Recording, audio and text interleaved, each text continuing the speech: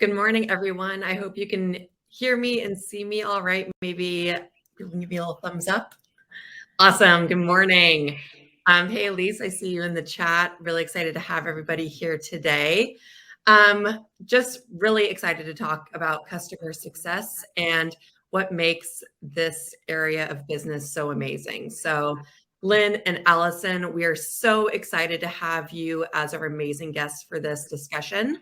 Was thinking I'd kick it over to you guys first to discuss not only your background and give us a little bit of intro, but also why you love customer success and why you are where you are. So, Lynn, maybe you can kick it off first and then pass it over to Allison. I was literally just saying to Allison that she could go first. Sorry, you guys do you. Yes, I'm Lynn Zagami. I run the customer success team at Shoebox. We're an equity management platform for startups from very early stage up to prepping for an exit, ready to go public. My background is actually as a corporate lawyer. We are kind of in between legal tech and fintech. So the work that I did with startups as their outside counsel lends itself very nicely to the work that I do at Shoebox. I do get asked this. Actually, I was at another Startup Boston event yesterday and got asked, how did you work your way out of being a lawyer? Because being a lawyer is often terrible for a lot of people. I like to say that customer success allows me to do the pieces of my job that I did like, right? Working with clients, helping them be successful, sort of coming alongside them with their strategy, but not having to sit in an office alone drafting documents all day for 12 or 14 hours a day. So it was obviously a winding road, and I know we'll talk about how folks get into customer success. But that's really the fun part for me. Amazing. Great. Allison Slater. I'm a manager of customer success over at Robin, a hybrid working company here in the Seaport as well. My path to customer success over the last 7-8 years, also a little bit windy. Recently a manager in the last year, and have worked on a lot of different types of startups and teams within customer success and gone through a lot of different models. From international startups that were building their presence in the US to also startups that were scaling sort of more rapidly and working with maybe a very small or rudimental foundation in how we take care of our customers to really building that out in a nicely structured way that's scalable for the future. So the one thing that I've always loved about customer success is really having that relationship with the customer, really advocating for them within your company, and building up things like referrals, case studies, and advocacy to really make them shine as well as winners. So, yeah. Love that. Amazing intros. I'm also Sai. I am the Director of Customer Success here at Goldcast. I love that both of your stories have very winding routes into customer success. I think that goes to show that a lot of different career routes can lead to customer success. I specifically come from a sales background and loved a lot of the sales things that had to do with customers and satisfaction and retaining clients. So that's really how I found my way into customer success. And I think this is going to be just a really amazing conversation. So I think the first thing, and one or both of you can answer any of these questions, feel free to throw in your own comments or lead this conversation in a different direction. But I think off the bat, what we really wanted to discuss first was, what does customer success mean to you? And it's a little bit of a newer concept, right? So how does this really impact your day-to-day, your customers, and what do you think customer success truly is? I can start with that one. We just went through a merger of sort of our account management teams and our customer success teams. And one of the things that's on people's mind is, well, what does it mean to be a CSM now that we've got sort of this full function of us, from onboarding a customer all the way up through renewing, retaining, expanding, adoption? There's money involved now. And so, what does it mean if I'm not just a consultant or just there to help them and be their sort of partner in using our product? And so I think, to me, being a really good CSM is helping the customer be successful with whatever their goals were to start. If you do all of those foundational fundamentals of onboarding them really well, helping them adopt, helping them achieve their goals, your company is also going to achieve its goals by helping that customer grow. So to me, it's really owning that full journey in the customer life cycle for your company, and really being their advocate. And that can encompass money. It cannot, but either way, like you're really hitting those main bases of making sure that customer is growing and taken care of and getting value. Yeah, I mean, so we've been doing a lot of recruiting because our growth has been pretty aggressive over the last couple of years. And it's been really interesting as the leader of a CS team to see how other companies define customer success. It really does range, right? We all know, customer success is a newer thing. We were chatting about this when we were kind of preparing, that it really is something that's emerged just over the last 5 or 10 years. And in some, I think, larger organizations, it looks a lot like sales. Right? It's a lot about the dollars. It's a lot about account retention, expansion, et cetera. And in some organizations that might be more like the size of Robin or Shoebox, it tends to be more of that full life cycle, right? Getting a client handed over from the sales team, getting them through onboarding, getting them to those early wins. Like, what did you come here for? And let's help you do those things quickly.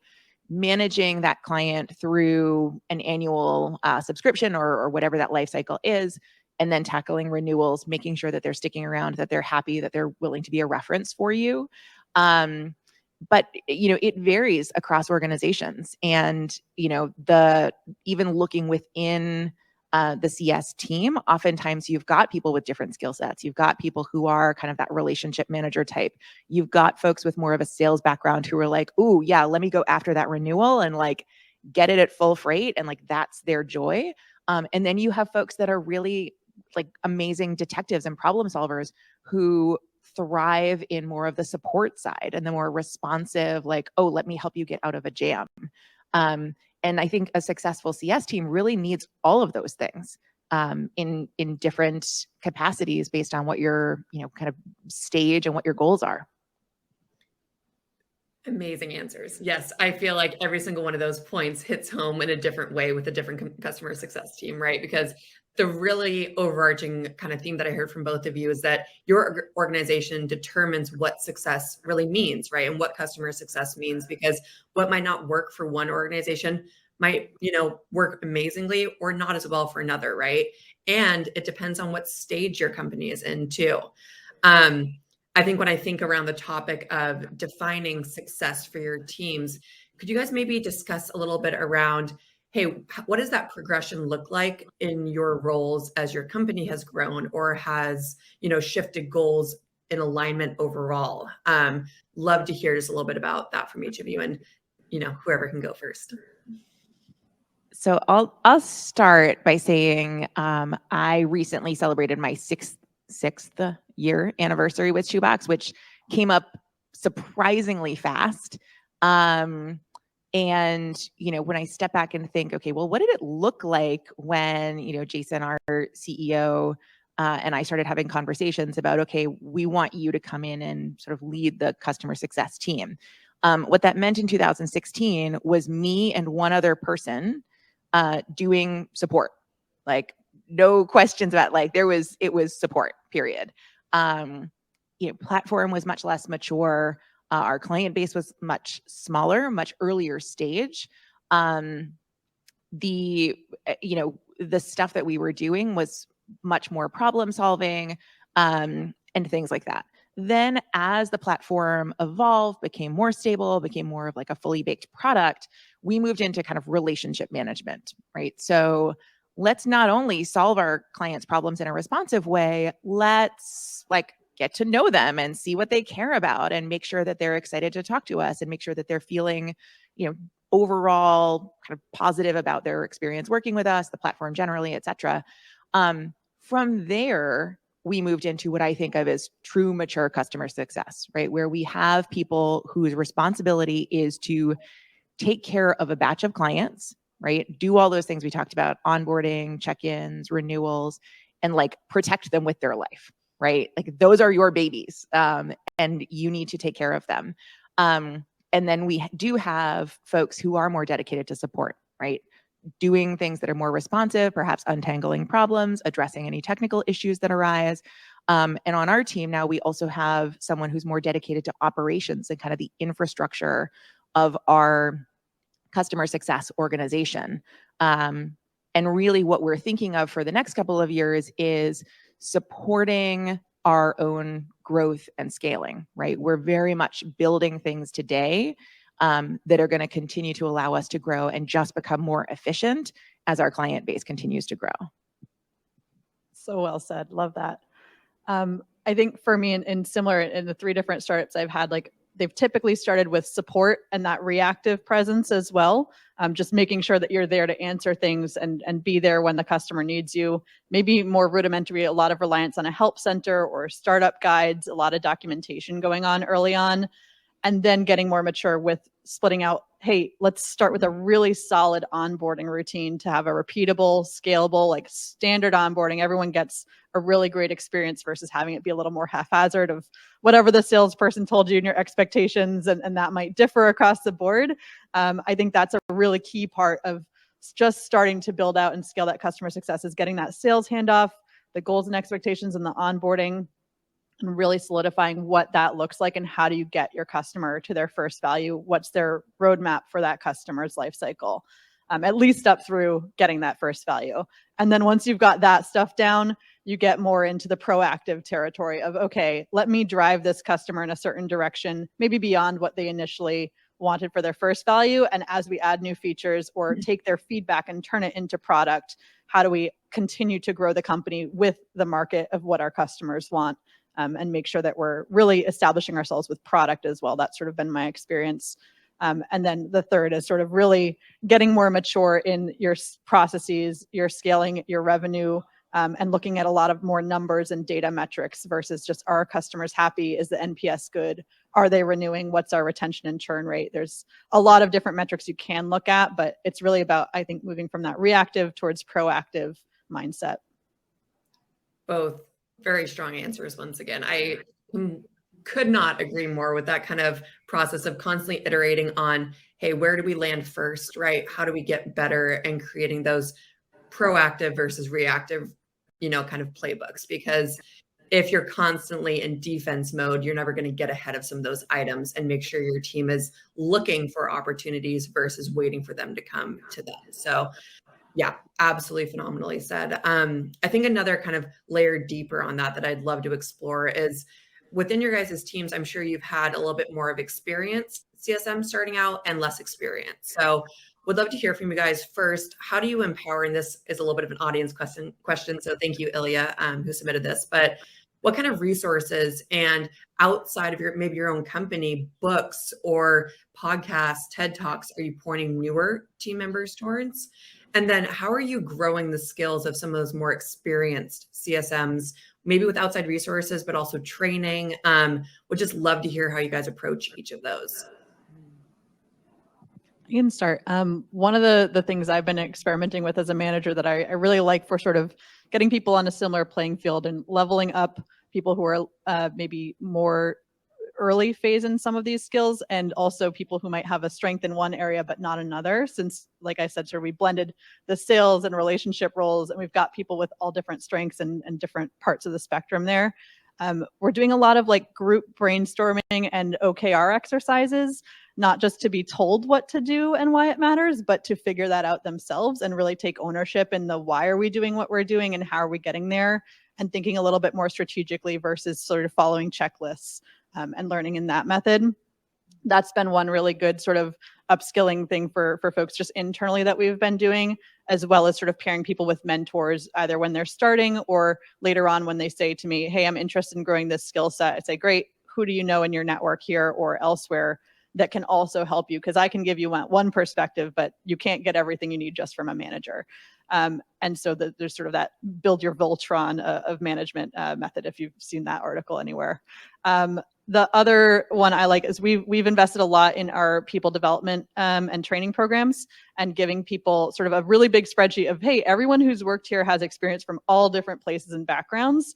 Let's dump in like what's been helpful to you along your career, different books you've read, articles, podcasts, things you follow. And we have a big sort of all Robin wide across each department recommendations for professional development that are free, that are cost effective to use your professional development stipend for as well. And that's been a really great one. I'll call out one thing that one of my team members in particular found really helpful just to really structure stuff is she goes through Success Hackers courses, and they're very structured. especially for someone maybe starting out very early on to get that baseline. And then they have, some more mature things as well. But really, if you look at any CSM platform also, they're all putting out great content in their blogs and their webinars. And I really encourage and share those things as well for folks to make professional development part of their week-to-week activities and make time for it. Amazing. Let me steal that idea. I really like that. I know. I was gonna say, anyone listening from Goldcast, don't tell anyone that I stole Allison's idea. I would love Okay, to. yeah, we won't. So I think, we have a bit of an unfair advantage in this realm in that I also, in addition to, trying to build a customer success organization in a growing company, I teach a class on the subject matter that Shoebox deals with. So there's a master's in entrepreneurship program at Central Michigan University where I'm on the professor team. And we literally go through the legal aspects of starting a company, starting to hire team members, considerations there, dealing with equity, sort of the initial, founders equity, setting up a stock incentive plan, up through prepping for fundraising. So every new shoeboxer literally takes my class. We give them the same lectures, we give them the same homework assignments. It's the same reading material. You're doing things in the platform as though you were one of our clients. That's kind of part one. Part two is a deeper dive into the platform itself. It is a robust platform, right? You can't support companies from incorporation to exit without a fair amount of meat in that system.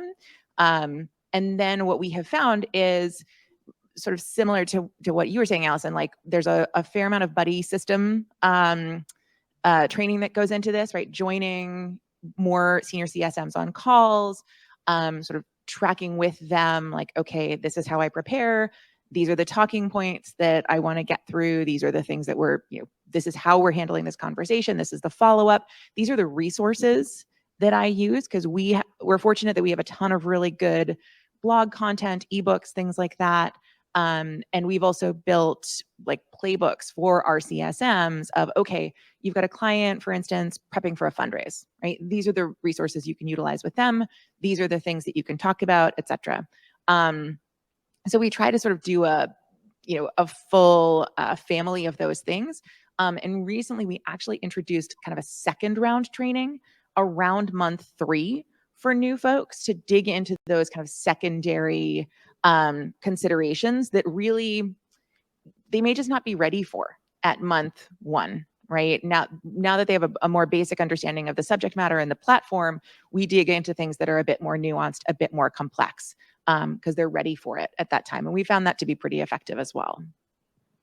I love that. And that made me think of one other thing that we do, which is we record all of our calls with customer consent, of course, and that creates a really great library to go back and share clips, share strategies, and we'll often do like a call review each week, pick a person, spin a wheel. Everyone has to listen and share their thoughts. And so it builds that muscle of giving good feedback and taking feedback well, and just getting to make time for that as well, of learning how other people do stuff and stealing things from other people, because that's how we all grow, right? You guys are giving me all the ideas. My team's probably I'm gonna come back from this and be like, hey guys, we're gonna implement 10 new things. Let's get excited. Just kidding. So no, those are all amazing points. I think that it really shows that, newer CSMs and experienced CSMs, yes, there's very different ways to approach those trainings and resources, but they're kind of the same. And they can actually help each other out a lot too, right? Pairing an experience with a new, they're each going to learn styles, give feedback, get feedback. So really, really strong points there. I would love to discuss a little bit. I think that this is a really good call out that, customer success really kind of blends into other departments, right? And you have this account management side. And what is customer success? We talked a little bit at the beginning about how that kind of can vary organization to organization. But I'd love to talk to you guys a little bit about, hey, cross-functionally, how do your teams work with other departments? And maybe those moments, I think we mentioned earlier, account management blending with customer success and becoming one. How do you guys manage your teams on that? How do you guide the right way to work with other departments? And when those times do blend and maybe responsibilities merge, how do you guys handle that and really lead through it? Big question. So God, I know there's so much here. Geez. So I think one of the things that comes to mind is, how we, with our CS team, interact with our product team. I think that's a big one. The product team is responsible for presenting, making the product usable, easy to navigate, function the way that our clients need it to. And so they're very well versed in explaining how things work, right? They explain things to the rest of the company when we're going to build something new or revamp something that's not working exactly as we want it to. So they have that language and that capability. Well, guess what? Our people have to have that too. So, there's a lot of places where it just makes sense for us to collaborate. Like, I think of our knowledge base, for instance, we call it a toolbox because we have 17 different assets that end in BX. But, our team will go through and create an article explaining how a certain workflow works. And our product team can do that just as well. So there are natural opportunities for us to get together and be both efficient, but also humble and learning from each other, that, we don't have the market cornered on writing about how Shoebox works, for instance. There's just putting up divisions artificially between departments like that is sort of silly, right? On the flip side of that, they need to know from us, okay, you're sitting on calls and getting emails from clients. What are they saying? Where are they struggling? They tried to do this. Were they expecting something else, right? And why? What were their goals, et cetera? If they don't have that context when they're figuring out where our roadmap is going to go and then, putting that into action, they're not working with a complete set of information. So that's a really important one. And I think too, like we talk about this a lot on our team, that we are a customer success organization where every single person on the team needs to be a product expert. That's not the case in every company, right? But we've got this big meaty platform. We've got subject matter that's kind of complex, and a client base that sometimes struggles with that subject matter and looks to us to guide them on not only how to get things done, but also the basics, right? So what we've found, and we say repeatedly, is like, you could get the exact same question in a support ticket, right? Client writes us an email, as you could on a call that's being done by the CSM who's responsible for that account, right? The medium doesn't matter with us. So I think there too, I come back to that humility and that just willingness to learn and to dive in. We need that for everybody on our team, regardless of whether like you're an account manager or whether you're a support person. We all need to learn from each other, from the training that we do. We all need to be willing to dive in and figure out what the answer to a question is, or how to solve a problem, how to make a client successful. And that's, we look for that a lot of times in hiring and in our conversations with people as they're coming into the organization. Love everything. Like product is sort of where I hung my hat on as a CSM, of like, I am the product person. And I agree with you that like, there are a lot of times where the organization doesn't necessarily need the CSM to be a product expert, but maybe a problem expert, right? And so you have to really understand the problems and how to solve them, but you don't have to know every single nuanced detail of the product. It's okay to say, I'm going to get back to you on certain things, but you have to follow up, right? So involving those other teams like product, you have to share the actual feedback. You have to create the actual tickets. You have to learn how to phrase things in a way and think in the way that product thinks, to ask questions the way product wants you to ask them. And so we've built out, we meet with our product team and CSMs every 2 weeks. It's not just product, it's design and engineering as well, to have people there who are going to think differently and attack the problem differently. And we share sort of, here's the top trends and tickets we've been hearing. What are you guys working on that you want to engage with customers for research and feedback that we can connect you with, and really have that feel like we're not two separate teams. We're all there for the customers, and we all have to understand the customers and where our product is going at the end of the day for the roadmap to share with them and say, are we on the right path, or correct us here? We don't want to go too far down in one way. And then our customers are like, why did you build that? So I think that product relationship is a super strong one. And there's a lot of ways you can get buy-in together and learn how to think in a product manner for CSMs, and for product to learn how to think in a customer-centric manner, the way of what CSMs are seeing. And then I would also say with support and billing and all the other teams that you might touch, sales, what you really want to do is make sure you're building like a personal human connection between people, because you have to have a foundation of trust. And if you don't trust that if I hand off my customer to support and support is going to solve their problem without me having to get dragged through loads of emails around support problems or a billing issue that like would waste my time as a CSM, I need to trust that my team members can handle that issue and are going to take the customer as seriously as I would. So I think that's a really important foundation as well amongst teams. Yeah, and I'll just add quickly, we were chatting about this before we jumped on. Our company went completely remote roughly 2.5 years ago, and I feel like some of the most high value meetings that we have are not with our team, right? It's when we are getting together with developers, with our product team. I spent some time with our VP of finance yesterday. And I think where you hear those stories about like, companies not being customer centric, which just sort of hurts my heart. This is the kind of stuff that helps you prevent that, right? Helps you prevent being in a customer success organization where you feel like nobody gets what we do over here. We're over on an island. It's not meaningful, etc.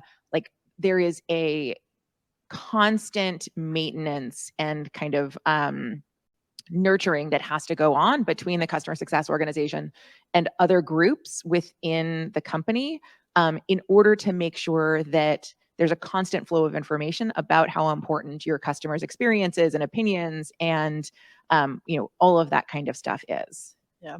In our performance reviews, which we do every 6 months for people, we have a standard leveling framework across every Robina, as we're called.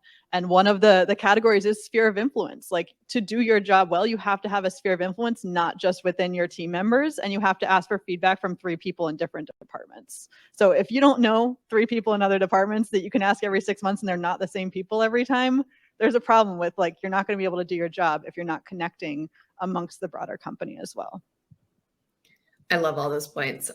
You guys are just I'm just stealing everything from you guys.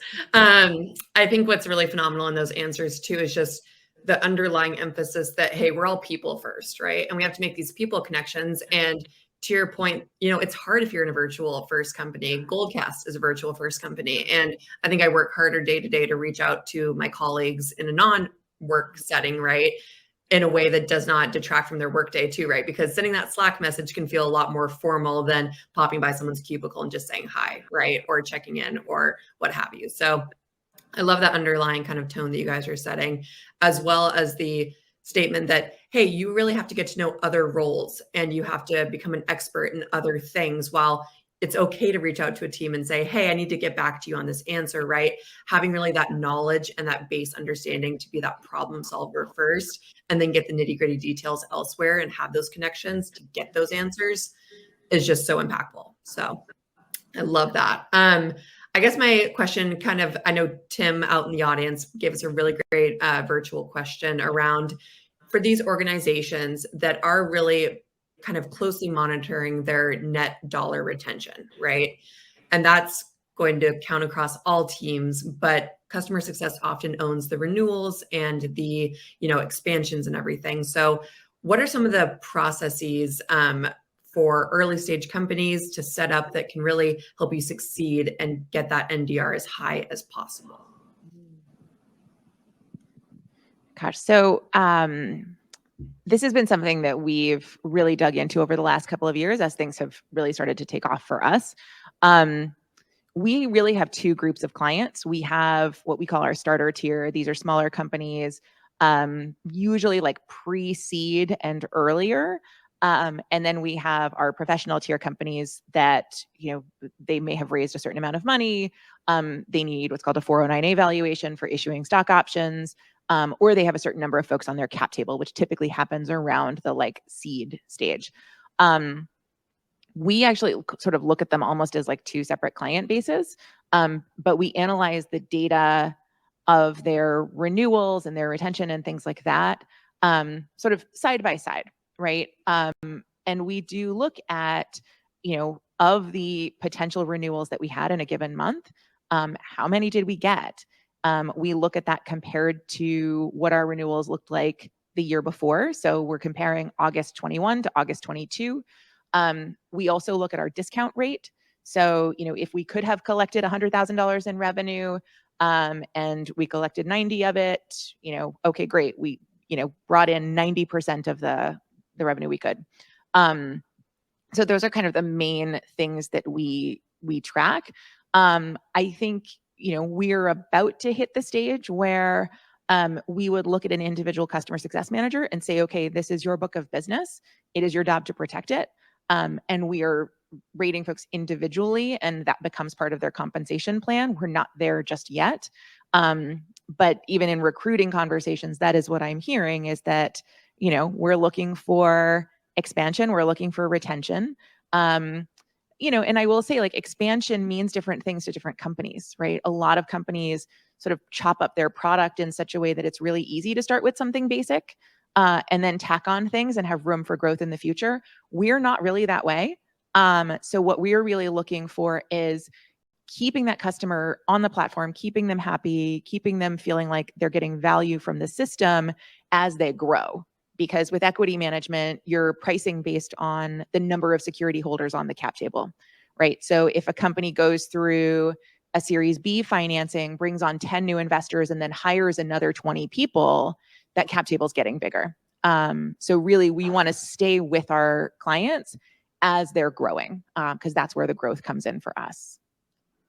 For us, in different frameworks I worked in, like, if you want to protect the renewal, and this is before we owned renewals and customer success, you've got to have one, that really strong onboarding, and you've got to have two, like a common cadence of communication that you're establishing with your customer. So we use a software tool called Client Success. There's a lot of CSM tools out there where we're setting pulses and sort of giving our take on, like, how are they doing?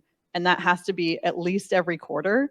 In some customers, it's every 30 days. We expect to know, like, how are they doing and what's your estimation? And part of that is, what's their usage look like? What's their adoption look like? What are the goals they set? Are they hitting those goals? Like, if you're not checking in throughout the year, if you only check in at renewal, like, of course you're going to have a renewal problem, right? So that's one thing, sort of before we were more sophisticated, that we were constantly, like, making sure we have a good pulse on the customer throughout the year, that they're still agreeing that they're getting value, and therefore, like, the renewal should be a no-brainer at that point. Once we started owning the renewals as well, I think that became even more proactive of one, building in processes and systems of, like, hey, here's a 90-day warning, your auto renewal is coming up, or you're not on auto renewal, and, like, making sure the CSM knows that from the get-go. There's obviously, like, certain amounts of attention you need to pay to any open support tickets. What's that experience been like for them? Are they frustrated with product feedback they haven't been able to get any traction on? Even if they're using things well, like, they might be frustrated with you guys for other reasons. So I think having that human touch of that ownership of your book, like, how these customers are doing better than anyone else, and you need to be able to sort of track that and sort of forecast at any point throughout the year, like, do you think this customer is going well, or that you might lose them towards the end of your first year with them, or their second year, or their third year? Because at any point in time, people can choose to switch and say, hey, you know what, I've had enough. So I think it's having a really constant pulse on that, and really being honest with yourself and challenging your CSM team as a manager about that, of, like, hey, are you being really rosy right now? Or, like, if I go call them right now, are they going to tell me this laundry list of things that you're just, like, sweeping under the rug here? So there's that piece of it. And then I think obviously there's, like, some mechanics around, like, just making sure your billing and invoices are all really clear and straightforward, that you're documenting things like your discounts and those opportunities for future pipeline creation as well, when you're heading into that sort of expansion territory. And then something else you mentioned in terms of the compensation of CSMs, like, your renewal rate should be clear to you as a CSM. And if it's not, that's a problem that the management team needs to solve, in terms of visibility into your data as well, and what their stats are. It shouldn't take them ages to go through Excel sheets to figure out what their personal stats are for their logo retention or their ARR retention. And so that's really key as well, giving them the data to know, how am I doing as a CSM? Am I doing okay? Am I trending to hit my target this quarter or this year or not? Yeah. And I will say, I don't think we can underscore enough the impact that a good onboarding experience has on a customer relationship. There is a ton of data that has come out now that's like, that first 90 days, them getting onto your platform, the bumpiness, anything that they experience there, it really is setting the tone for their first year on the system. and people who come out of onboarding and report negative experiences, that becomes actually a much better indicator of potential churn than like a CSAT score that's given, at any point in the customer life cycle. So really, honing the expectations and the practices and sort of the standards for behavior that you have during that process can basically be the most effective way to improve or prevent churn and issues at the renewal. Yeah, and I agree. And you can't always trust data, right? So like we might have a success score or a health score that says, hey, everything's going great, or their NPS is great. And they're like, sorry, we're going in a different direction. Like you have to have that human connection to know that nuance there as well. The data can't tell the full story for you. So yeah, I think all the things we just said, really, in terms of renewal, it's making sure that you really know what's going on with your book. I love all of that. Dan, I know you just put a question in the chat. I think that a lot of what you guys just talked about encompassed that question, but to kind of wrap up this conversation around, hey, how are we retaining and really growing customer health, right? Is there anything else you guys are encouraging your teams to do proactively, whether it's playbooks or, if there's just something that's not working for a client of all your normal processes, how are you identifying that risk and then really not getting blindsided in those retention conversations where, Allison, to your point, someone tells you, hey, it's not working out, I'm going somewhere else. Yeah, I think so. One thing, like we did this a little bit more informally of like, hey, we have a really strong onboarding, and then the life cycle can be like, choose from this menu of value items, right? The value menu idea. And the things like check-ins or just general chats were happening, but what we're putting in place more is now like a very strict, like we want you to have a formal business review with them and really put these in front of the customer, even if you don't have the right contacts at that meeting, that you have an artifact that they can share and say, I'm worried about you as your CSM. Here's my recommendations for you to get full value, and really be honest with the customer about that, right? So I think that that's one tactic we're trying to use a lot more concretely is not just have a light account review or check-in, but really something that says like, I am here to like make you successful, and right now we're not doing so good, and let me help you get back on track. Yeah, I mean, one of the things that sort of is helpful in comparison to the fact that we do have complex subject matter, we do have a meaty platform, is the fact that startups typically go through reasonably similar life cycles, right? I mean, if you look at like just the agenda for this week of all the talks, like you can see the things that are happening, right? You can see it's product development, it's team building, it's fundraising, all of these kinds of things. So for our CSMs, it's really, first and foremost, getting that connection, getting to a cadence where you are talking to this person on a regular basis, whoever your main contacts are, but then looking for those milestones where our system can step in and be really helpful, right? Are you fundraising, right? Are you prepping for it? Did you just do it? Do you come through it? Are you sort of in the aftermath? What does your team building strategy look like? How can we support you there?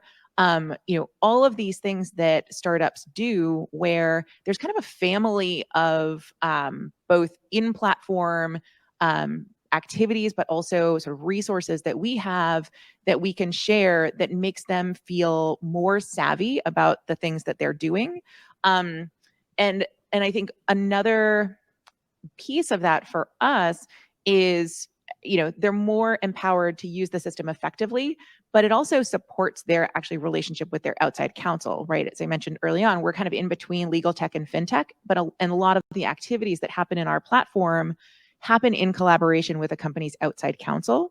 And so there's real opportunities there to make folks feel like they are just better consumers of those services.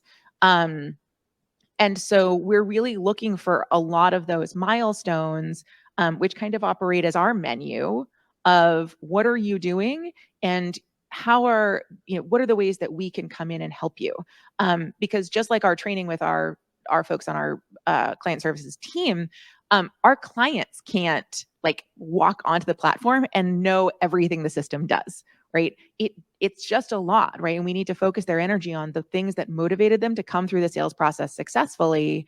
And then we can kind of roll out other activities that are useful for them. And that's really what we use as the fodder and sort of the subject matter for our check-ins. Yeah, and I think this ties a little bit to Dan's comment here around like proactive. It's like one, having that cadence. So for us, every 90 days, you're checking in with something meaningful from this menu. It could be offering a product roadmap call once a quarter. It could be having an account review where you're just saying, hey, how's it going? Maybe you launched, for us, it's about launching your workplace and making sure that people are connecting and using it. And what does your usage look like? What's your utilization look like? What can we learn from your analytics here? So there's different things you can do to be proactive, where just by the fact, or even having like set meetings. I expect that we meet every 2 months and at this set time. And like, if we don't need it, we don't need it, but I have it on the books. And that gives the customer one, like an indication that you're there for them and they're supposed to be contacting you, that they know what to come to you for, versus sitting on stuff until you decide to reach out and ask, right? So having the set reach out and ask gives them more time and freedom. I feel like a blank check to be like, reach out to me whenever, but we also have this placeholder. So I think there's going to always be some level of things that are reactive to whatever the customer tells you they need at a time. But that proactive part is having yourself a cadence to check in and go through sort of those checklist of things. That's like, is everything looking good here? Do I understand the reasons why you're not doing certain things or using certain things? Or are there open questions I have as CSM about what's your business and how are you using us that I really need to get answers to and really fully understand your business? So I think that sort of ties into your questioning there in terms of also the reaching out with broader offerings. Like that can be part of your sort of set of cadence of communications and making sure that they're aware of releases and aware of your roadmap. Absolutely.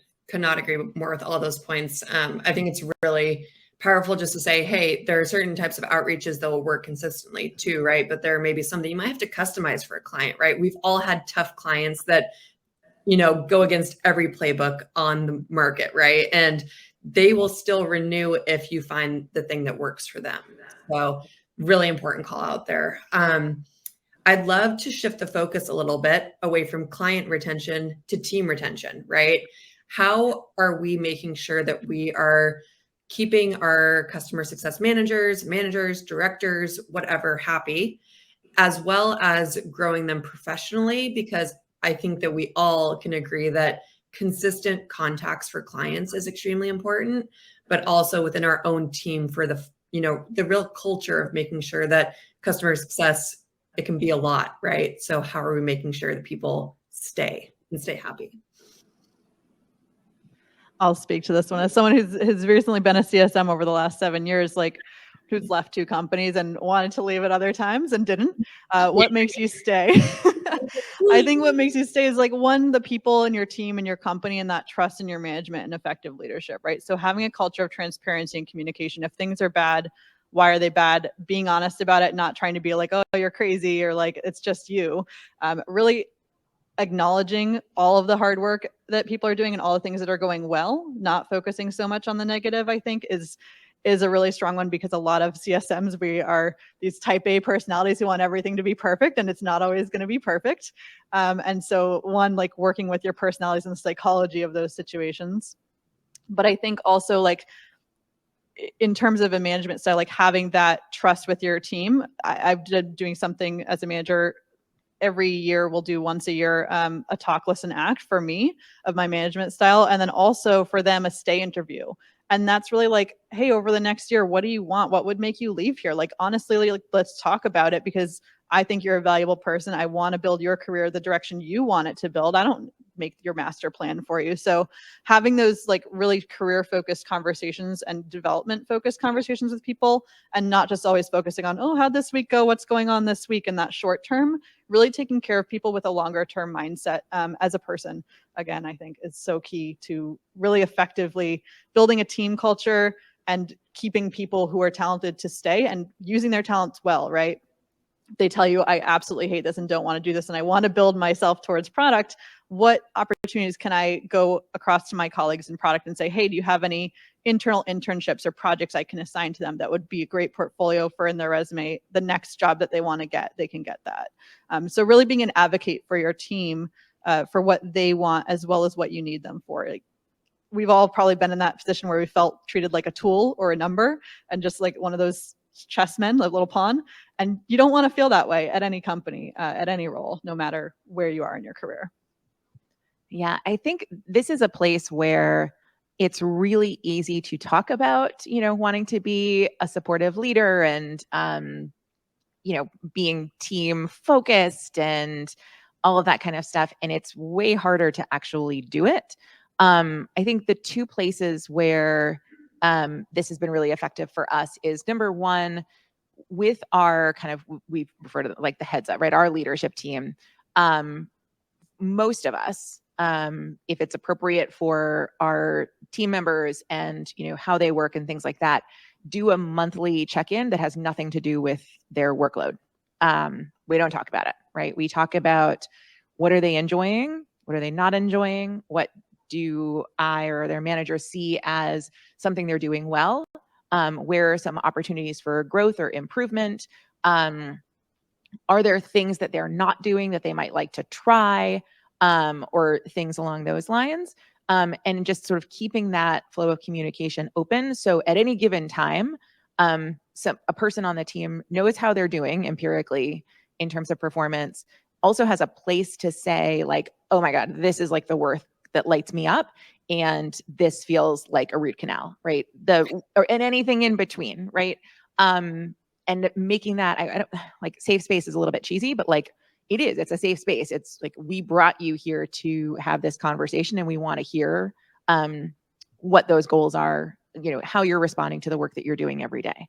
I think kind of the flip side of that I've been focused on, particularly over the last couple of years, as we've been doing a lot of hiring, is like keeping the bar high, right? So as I will say until the cows come home, complex subject matter, meaty platform, right?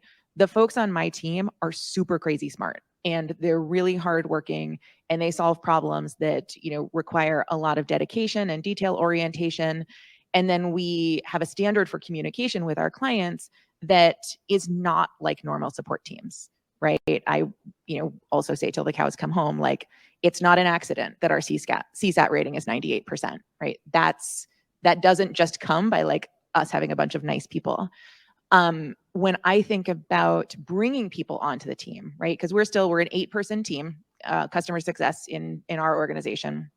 We're a 50-person company. Every single person that we bring in changes the chemistry of the organization, right? It changes the chemistry of the team. We're like, baking bread or something, and we're introducing something, and it may make things amazing, and it may completely ruin it.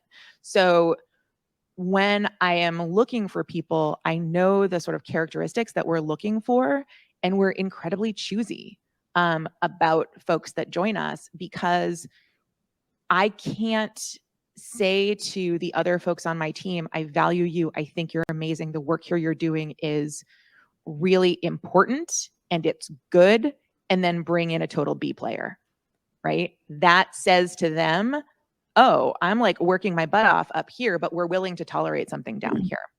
And that's not only hard to do in recruiting, because when you've got an open spot on your team, it kind of sucks, right? Everybody's absorbing that work. It doesn't just go away. And it's hard because there are a lot of B players out there. But it shows them like, you're standing by your word, that you care, that you want to bring in people who are going to work just as hard and be just as dedicated as they are. And that shows them that, you actually mean it. Yeah. I think that both what rang true for me listening to both of you guys speak is really, truly action and words, right? Following through on what you say you're going to do, but also empowering your team too, right? Not doing the work for them, but showing them the right way. And then also making sure your leadership style and the other people on your team, you're also holding accountable, right? Because, Lynn, as you just said, right? If there's one B player and everyone else is giving 120%, that's going to really throw off the balance of your team, as well as potentially, lower the work ethic or even the drive to, really gain strong results overall. And type A couldn't have said it better, right? Most customer success managers are customer success oriented people. We want perfection. It's never going to quite be there, but the closest we can get is really, really impactful to the organization. So totally agree.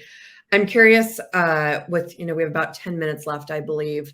Would love just to hear from both of you around what does career growth and customer success look like for your team, for yourself? Where do you think people can grow in customer success or even into other roles too, as they're looking at a career in customer success?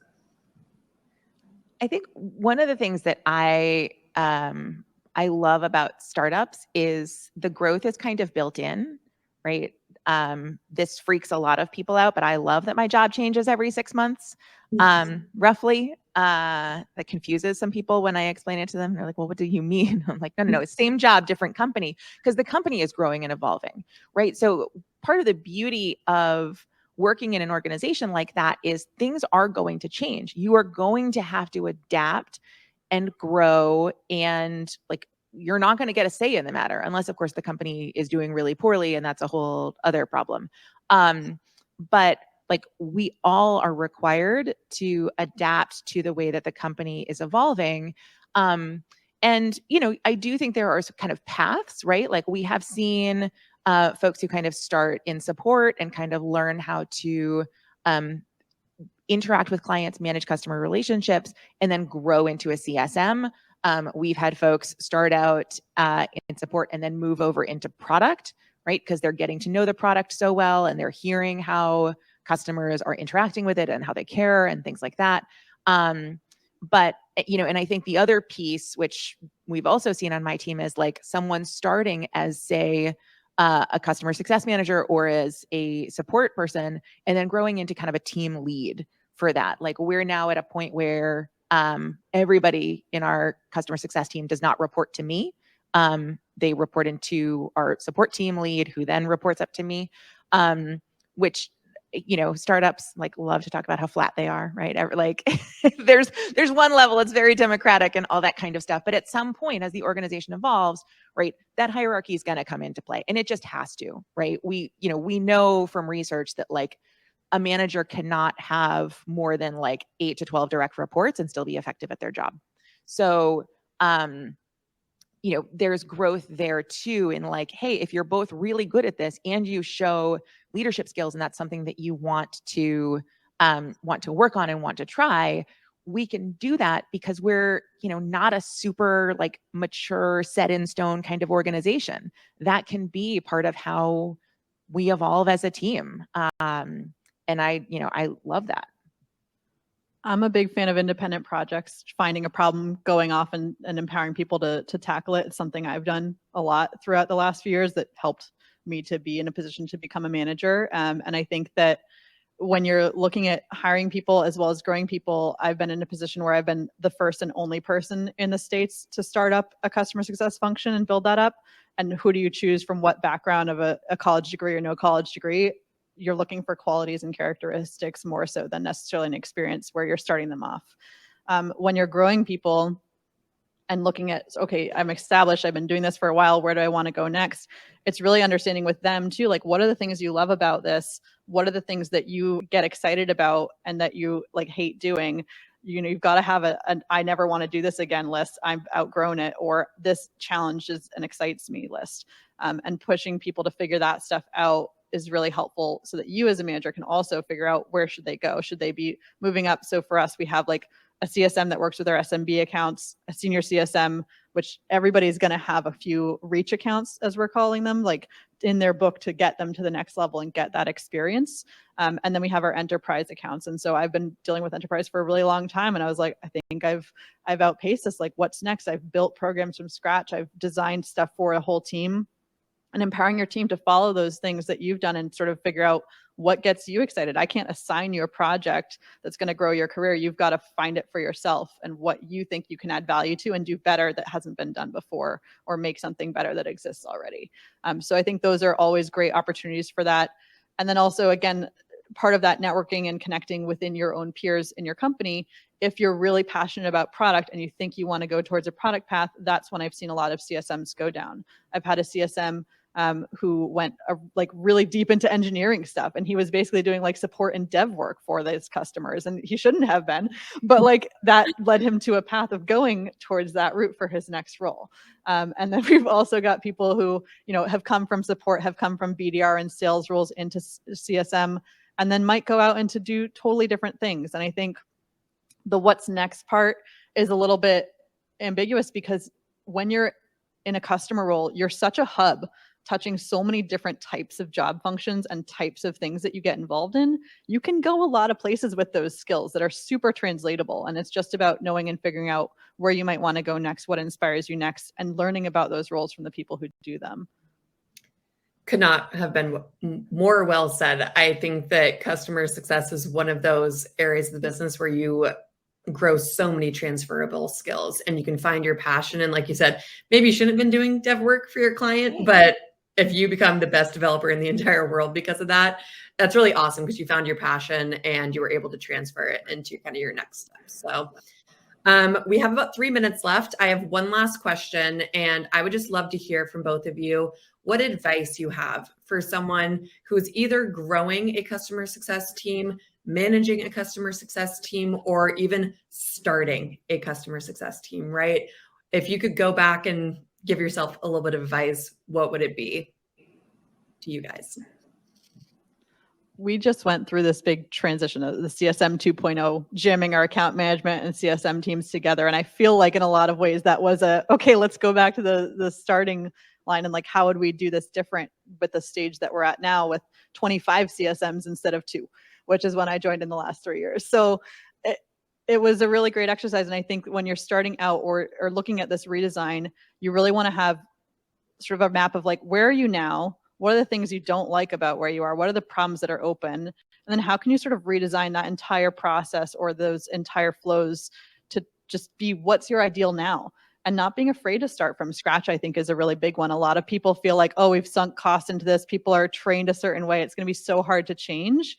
Change is so valuable and so important when you are at a point where everyone understands why you need to change and what that change should be, and getting people on the same page with it. So I think some of the activities I really like are having those sort of team brainstorming, and also just like getting their buy-in, right? You can't change without people's buy-in. And so making sure that they understand the why and that they have some agency into the process of how you would redesign things or start things. If it's somebody who has no experience in CSM land, like go reach out and find a consultant or someone else who's done it in your network and pick their brain for their lessons learned. But I think like you really have to start with, I'm a big fan of whiteboarding and mapping stuff out, and there's digital tools for that too. But I think starting from the strategy and the framework before you just go ahead and be like, oh, well, we need to have support and we need to have this, and let's just throw stuff on a dartboard. I think a methodical approach is best. Yeah, I'm a planner. Surprise, surprise. And I have found that, one, it should be comfortable for somebody leading or starting a customer success team to understand that things are going to change, right? Whatever you're building today, in 6 months or a year, you're probably going to throw 50% of it out. And that's totally fine. Because, this is Startup Boston Week. It's not like well-established 25-year-old company week. Like we are by nature changing, right? The whole point of a startup is to start with something small and then grow it and make it big, which requires you to adapt and change along the way. So I think, yes, thinking ahead, right? Setting yourself up for perhaps the next like 6 to 12 months, but not thinking at any given moment that you're going to have it figured out or that you are capable of figuring it out for the really long term, right? You're going to get it wrong, but also like that there's just a waste of energy, right? Because the other piece of startup life is you are under-resourced, and you're kind of operating in a crunch all the time. So you have to be really thoughtful with where you direct your energy and ensure that you're kind of editing those projects to align with where you are today and what you're trying to plan for. You cannot solve the world. Like as a Series seed kind of stage company, you cannot figure out what you're going to do when you're 500 people. You just can't.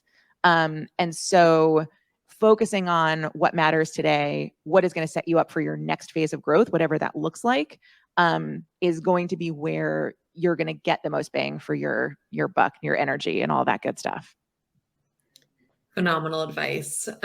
You summed it up perfectly, both of you. I think that, active listening, attention, attention to detail, passion, and just truly being a human with your clients, I think goes longer than a lot of people realize. So phenomenal conversation. Thank you both for joining today, Lynn and Allison. I think this was an amazing conversation. I know I'm taking back a lot of learning to my team and my organization. So thank you both. Thank you everyone who joined virtually, and thank you everyone who joined in person. So have a great day and enjoy Startup Week. Thank you. Thank you all. Thank you to the 82 of you who just joined on virtually. Thank you to our in-person audience. And I feel like I'm getting a masterclass in customer success here today. And to round that out, we're going to talk about how we